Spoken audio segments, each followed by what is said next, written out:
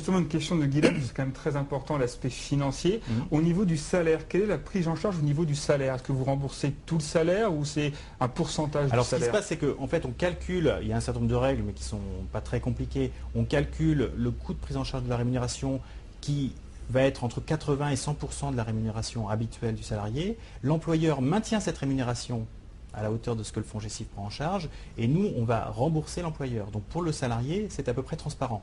Au-delà de l'écart qui peut exister, mais par exemple pour toutes les personnes qui gagnent moins de 2 fois le SMIC, elles vont avoir 100% de leur salaire qui va être maintenu sur la durée de formation prise en charge. C'est quand même très très intéressant, il faut le bien répéter. Donc ainsi, la formation est payée et son salaire est aussi payé pour se former. Exactement.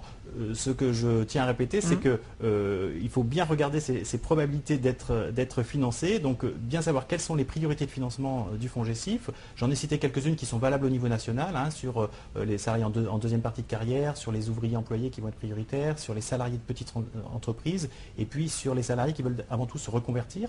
Voilà, donc ça, c'est des grandes priorités. Après, en fonction des réalités territoriales, régionales, il peut y avoir quelques différences et quelques nuances sur les degrés de priorité. Voilà, donc il faut se renseigner auprès de son FONGECIF sur ces aspects-là, évidemment parce qu'un jeune diplômé, par exemple, n'a quasiment aucune chance d'accéder au congé individuel de formation, d'autant plus que c'est un dispositif auquel on accède une seule fois dans sa vie, grosso modo. D'accord, donc il faut vraiment prendre le temps de la réflexion.